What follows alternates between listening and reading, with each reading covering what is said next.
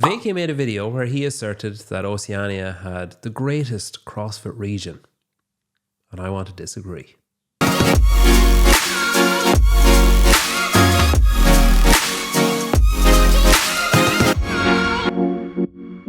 First of all, there are some intersections on the Venn diagram that are Wykie's beliefs and mine. And one of those areas where we intersect is the open and its importance. Also proud. I can confidently say that I love CrossFit today, 14 years on, as much as I loved it back when I founded in 2009. That's probably more than 14 years. So I hope you'll sign up for the Open.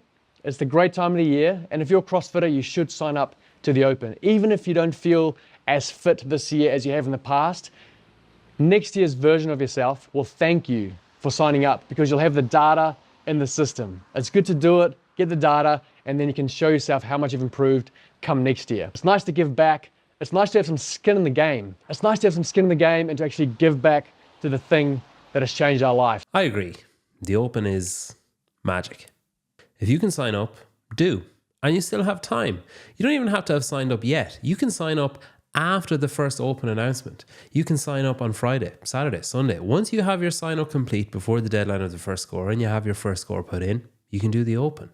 If you're going to do the workouts, why not be part of the community? You can compare yourself to everyone else in the world doing the Open. You can compare yourself to people who live in the same town or city or who work out in the same affiliate as you. You can compare yourself to people who do the same job as you. You can compare yourself to people like me. It's going to be pretty flattering for you. You can compare yourself to the best in the world if you want to. Or you can compare yourself to you from 2023. Or you can prepare yourself to compare yourself to you from 2025. It's perfect.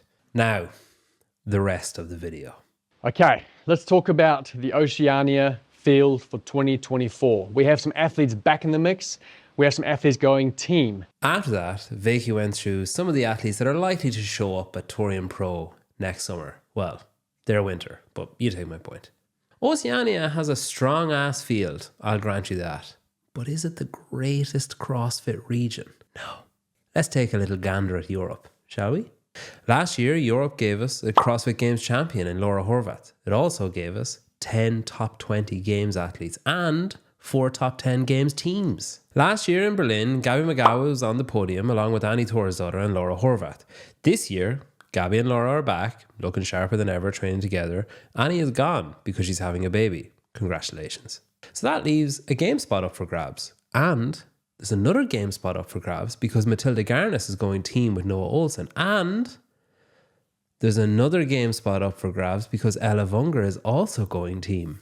Interesting. Well, returning with Laura and Gabby is Emma Tall, a fit again Emma McQuaid. Rookie athlete Rebecca Vidison is back. She's moved from No Shortcuts over to Brute. Looked pretty good in Miami. And you've also got some more familiar names. Elisa Fuliano, Karen Freyova, Mana Nanganese. So who's going to fight for those game spots along with those girls that are returning? My money is on Jen Ware and Ella Wilkinson. Jen made her debut at semi-finals last year and gave a pretty good display of herself. Ella Wilkinson, on the other hand, took a year out to focus on college, but she's been a pretty staple name in the European scene for the last number of years. Add in Sarah Sigmundsdottir, Linda Kiesman, Andrea Solberg, and Jacqueline Dahlstrom, who's moved to HWPO to try and rediscover her best form. That's the stackiest of stacked fields. The men? Well, last year, Lazar Djukic took first place in Berlin, and he's since left Mayhem and returned to his old coach to try to rediscover his best form. That's pretty scary. Heinrich Happelainen and Moritz Fiebig joined him on the podium. They're both back. Along with those guys, you've got Dave Schranke, who continues to age like a fine wine somehow. You've got a fit again BKG, who's back and ready to fight. And you've got Jana Koski, who seems to be just always fit and always ready to fight. And if you scroll down just a little bit on the leaderboard, you'll see 2 more names. Colin Bossart and Victor Hoffer. 2 more guys I'm predicting will go to the games in Texas this year. Write it down, mark it, attribute it to me. Jen Ware, Ella Wilkinson, Colin Bossart and Victor Hoffer will go to the CrossFit Games in 2024. Along with those guys, you got the real rookie of the year for last year, Jelle Hoste, and the other rookies that Europe sent. Big Braun, Fabian Benito, Michael Wesolowski. Again, it's a pretty stacked field. Then go to team. Last year, we had No Shortcuts training. They had a team in it. We had Oslo Navy Blue. They had a team in it. They're both gone. Oslo hope to have 5 or 6 teams heading to France to take on the European semi-final still, but the main contender is Walleye. They're back, Mia Hesketh leading the charge. She's got Elliot and Jamie Simmons, and they've got Christoph Horvath in too. That team has performed together in the past. They look pretty slick. Rumours are also abound of an island-based team that's yet to be announced too. Once semi-finals is over and you read down through the list of names and you see the people who have missed out, you'll see how high the bar is set for success in Europe. Stacked.